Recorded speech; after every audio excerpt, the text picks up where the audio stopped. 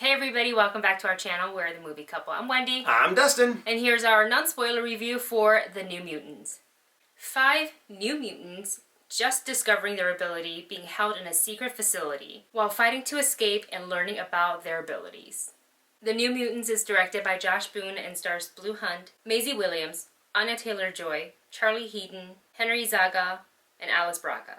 Now that we have finally seen the movie, who ever imagined this movie would actually one day be out and that they were gonna actually show it in theaters during this whole deal where we didn't actually go and see this in a theater. We decided that if it was in a theater near us, we wouldn't go, but we were lucky and they are doing it in a drive-in near us. So we went to the drive-in and it was actually my first drive-in experience. So more about the drive-in experience for New Mutants later at the Rose Bowl if you are interested in kind of hearing about how the procedure goes and how the viewing experience was towards the end of the review. But we went ahead and we got our tickets, we saw it, and we had been anticipating this because there's been trailers after trailers and pushback after pushback and all this and that.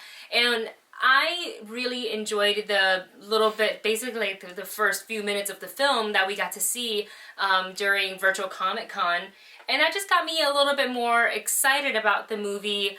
And of course, finally getting to see it is kind of a little wild. Now it's kind of like, wait, what are we seeing? The New Mutants? Is this real life? Yeah, we've been excited about this movie for literally years because it's been just postponed.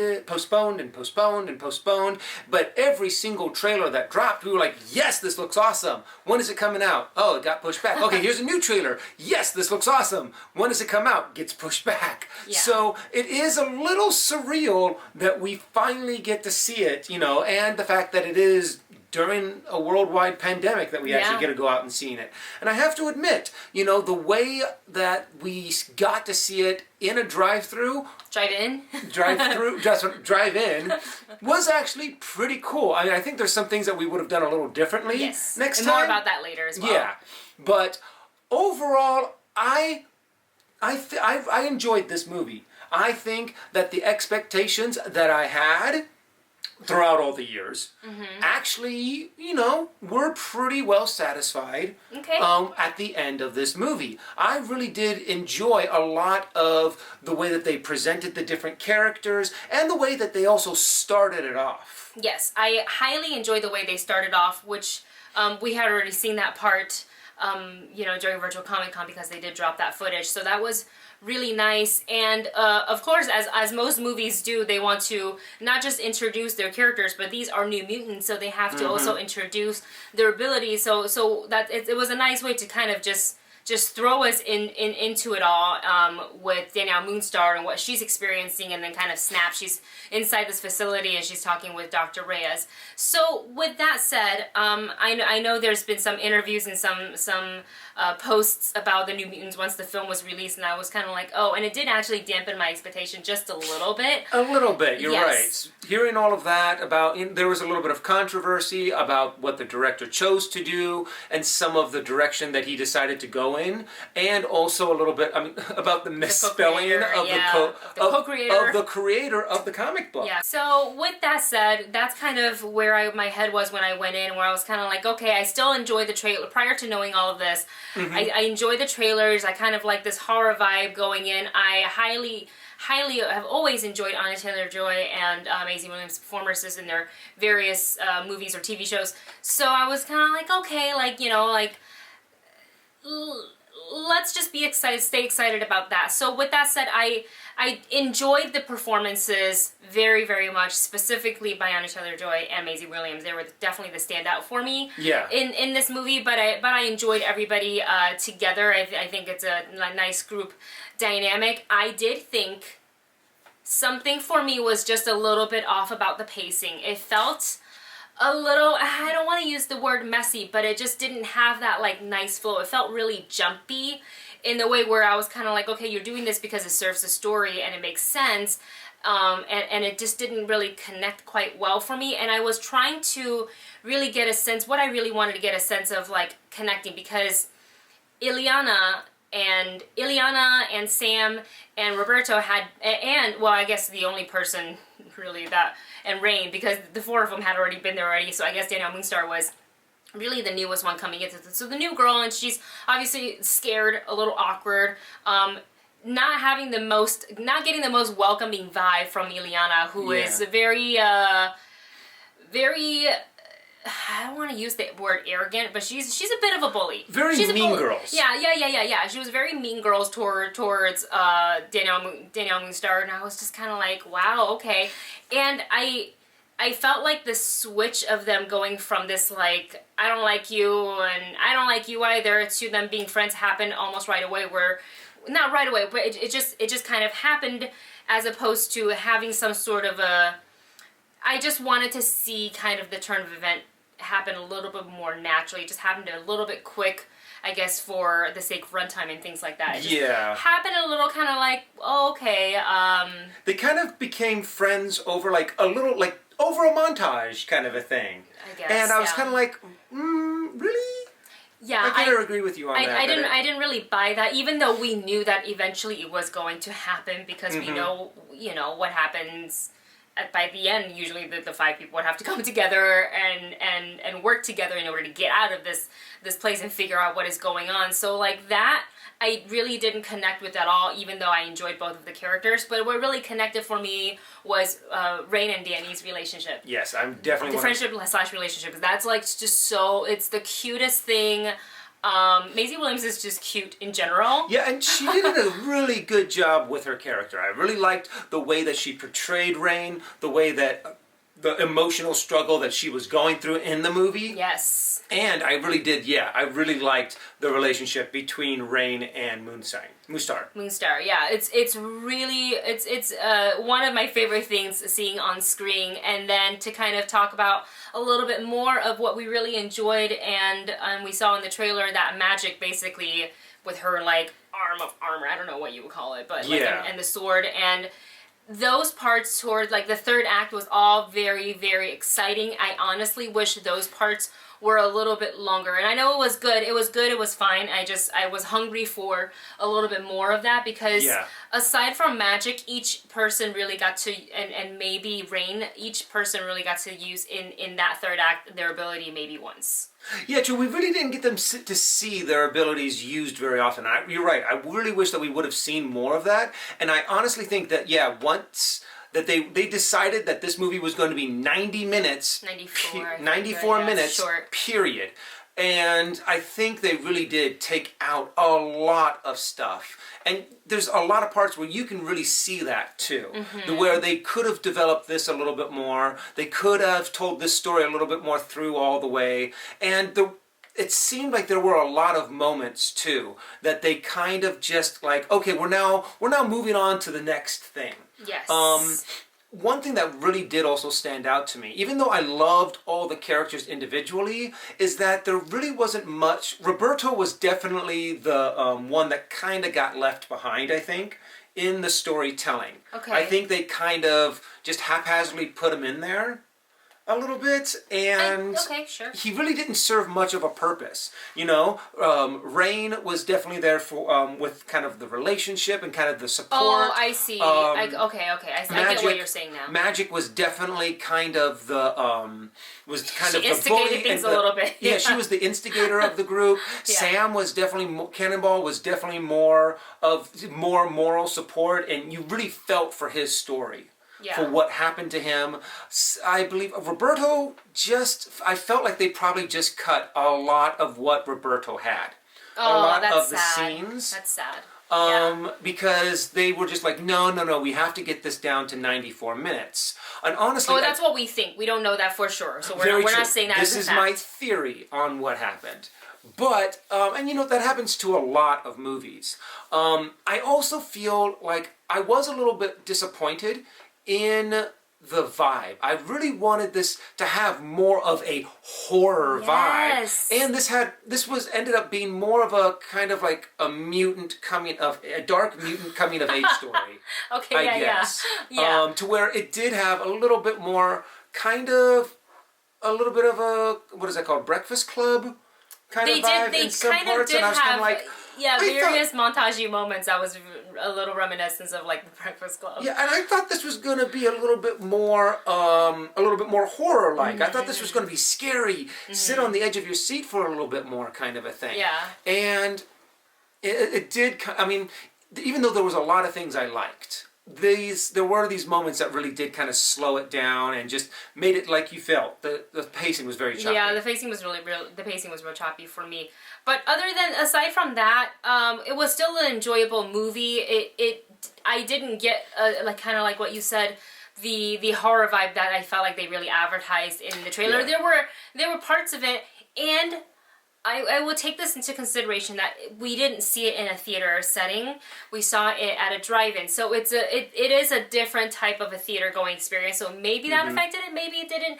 I don't know. I feel like maybe I'd have to watch it again. There was a little bit of a disconnect, to where you saw the screen and then you heard the audio inside your car. But you didn't have that full theater Dolby experience. Where you feel like you're more immersive. Yes. And since it was during the day, even though the screen was brilliant, I was like, wow, even the fact that the sun is shining right on it, we could still see it pretty good.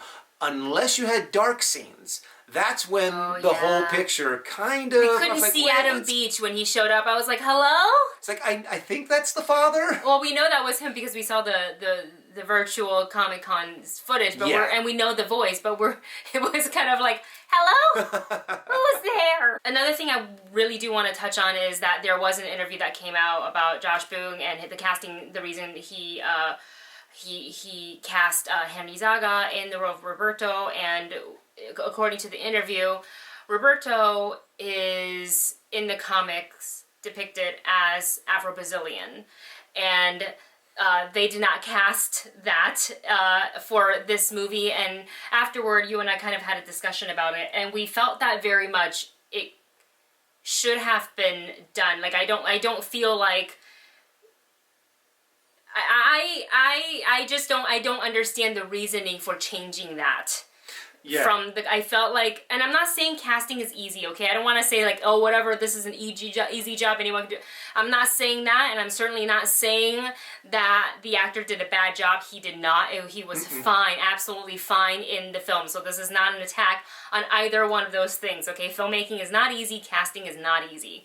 Acting is not easy. So just with that said, we felt that they really could have cast an Afro-Brazilian in the role. Especially the fact that it seems like a lot of his stuff was cut. It really does seem, he really didn't, there wasn't any outstanding thing that he did that I was like, oh, that's why they cast him. That's it right there. There wasn't anything really special or spectacular about the role. I mean, they might have cut out a lot of his scenes. They probably did, because Sunspot, I just felt like there was a lot more to explore. Yeah. With Sunspot, and I don't feel like this movie really did that. So we just wanted to kind of add that into this review as well. Just kind of talk about our thoughts on it. What the role was, I think you really could have found someone else to fit that role as well. It wasn't one of those roles. And to have that representation there. Yeah. Because it was in the source material. And it wasn't really one of those roles that was just like, one of those huge, meaty kind of roles that you had to have this level and caliber of actor kind of a thing. Right. But we really don't see what happened. There's a lot of steps that go from casting to filming to editing to end product. So just from what we saw, we were kind of upset that they didn't show the representation that should have been in the comics. Yeah. And so with that said, let's go ahead and give our rating for this movie, Dustin. I'm going to say matinee this. Okay. Fine. I'm not going to say go out opening night or that you have to check this movie out. But if you can get a pretty good, discount ticket on something, it's still a fun movie to watch. I still like a lot of the actors and the way that they portrayed their characters. And of course, it's mutants. It's connected to the X-Men world. Yeah. So I really do enjoy exploring more of that world and more of those characters. Yeah, I am also going to give it a matinee. I would say, like, if you have the ability to see it at drive-in on a big format screen, big screen format, sure, however you want to say that, I think it is worth doing so. And then our rating system is below if you're confused about like why we say certain things. So just go ahead and take a gander at that, and you'll understand. But I still think it should be seen in a theater. I use that lightly now, a theater setting, as opposed to waiting for VOD. However, we know that not everybody can get to a theater or feel safe doing so currently, especially if you don't have a drive-in experience or a drive-in opportunity near you. So if you have to wait for VOD, then you have to wait for VOD. You know, obviously, you know, we're not suggesting you're not comfortable into a theater and go do that. Like, don't do that if you're not comfortable with it. That's why we didn't do that. And with that said, if a drive-in opportunity was not near us, then we would have waited for VOD, because we wouldn't have gone to the theaters. And with that said, that is our rating for the New Mutants. And I know at the beginning of this video we said that we would kind of talk a little bit about the drive-in experience, so we're going to go ahead and kind of give that to you now, talk about our experience, and if this is something you would kind of want to look into for yourself. So the drive-in that we went to was at the Pasadena Rose Bowl, and they had a lot of, so the tickets, first of all, it's charged per car, so it's $35 per car, and you can obviously cram up to 5 people in your car if you want to really get the bang for your buck. Because with the service or the taxes or whatever it is at the end, it came out to be $40 total for the two of us. That's $20 a ticket. Pretty expensive, but we're like, whoa, it's the Mutants. We want to go see, and I want to do a drive-in, so let's go see it. They made it very easy, like the purchasing, it was not a big deal. You can pick the time, and it was really funny because I had picked originally Friday 1:30 p.m. time, and these tickets for the Rose Bowl are non-refundable, non-transferable, so you cannot be like, whoops, I forgot I had a thing on this day and I can't go.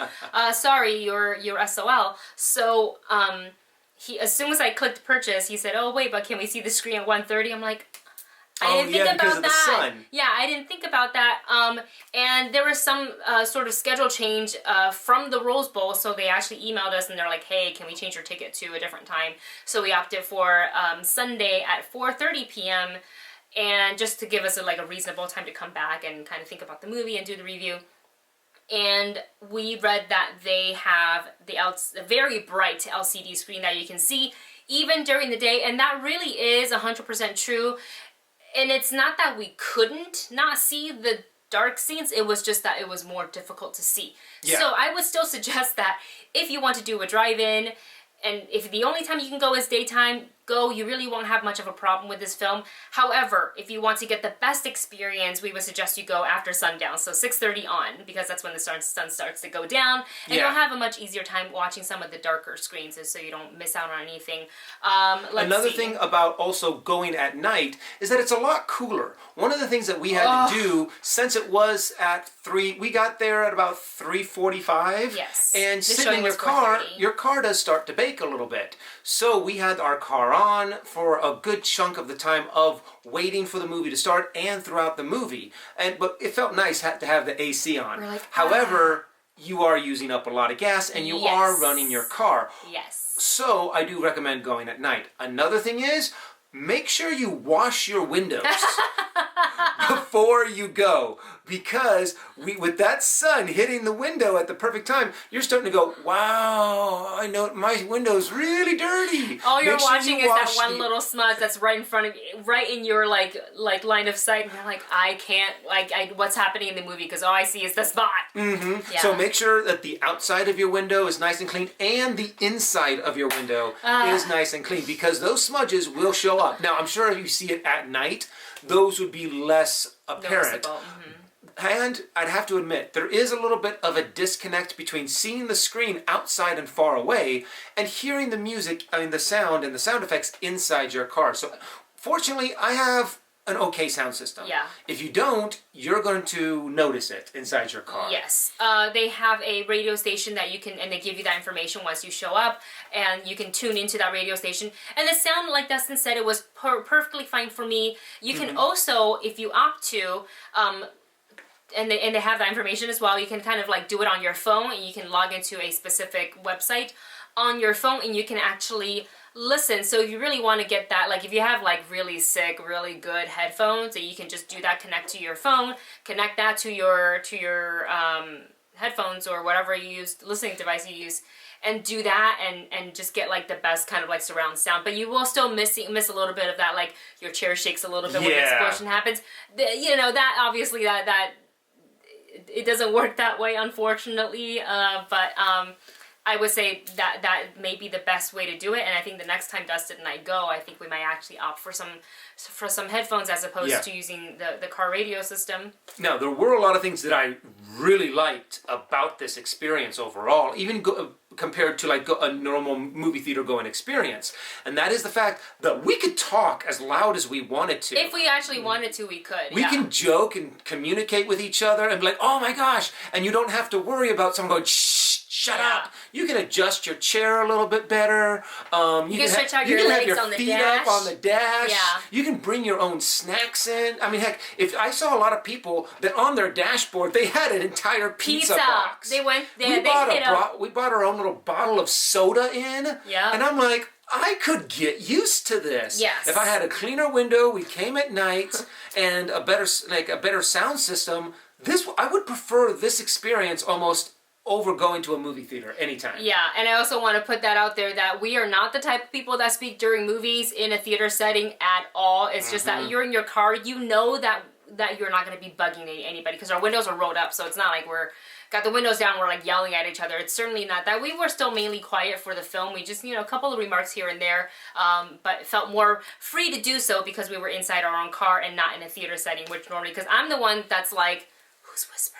Stop that. Who's playing? Yeah, who's on their phone? Who's on their phone? And you Put that really do away. start to feel like you're by yourself. Yeah. You're not you don't have to work. You don't hear someone crinkling their candy. Their candy. Because they can't get their fingers on it, and then they like crash, and all the M&Ms fall on the floor. You're like, oh, that's a fail. Yeah, and I enjoyed this experience. There's a lot of things that I was like, I could do this again.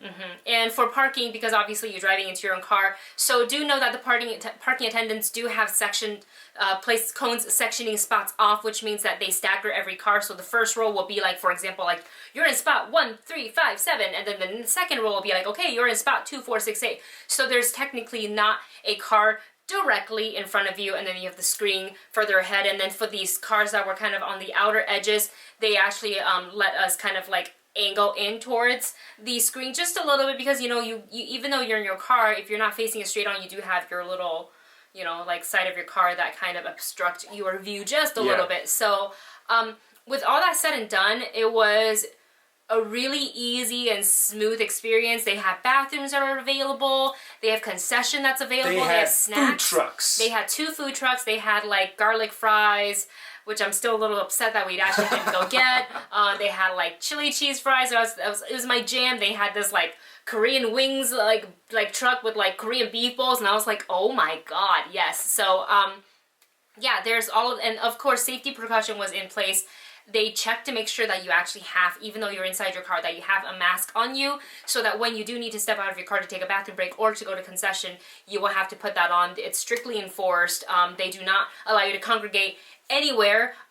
If you want to, like, hey, okay, I'm at the drive-in, I'm gonna pull out these like like chairs and like sit outside of my car, that is not allowed. You are only allowed to be inside your car, and the only time you can leave your car is to go to the bathroom or to pick up your concession, which was everything is to go. So you order from the mobile thing, and then you just go and pick it up.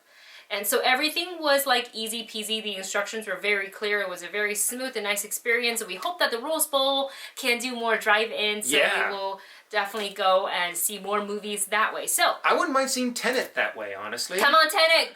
Do it! Put it in a drive-in! Because we can't go see it in a theater, so we're going to have to wait. Yeah, if you're looking for, by the way, if you're looking for a review of Tenet, you probably won't get that until it comes out in VOD. But there are tons of other great YouTube channels that will probably be reviewing Tenet. I believe Geeks of Color has one up. I believe Late to the Party may be getting one up soon. I think I saw Jealous. something on there because theaters in their town is open, so they are gonna. I think I could be wrong, but either way, go check them out. They're really great. So if you are looking for those reviews, they are definitely up on the internet. Anyways, that's it from us. Thank you so much for sitting through our review / drive-in experience. And if you're wanting to go and check out a Rose Bowl movie drive-in, hope this answers some of your questions. Thanks for watching. Don't forget to like, share, and subscribe. And we will see you in the next video. Bye!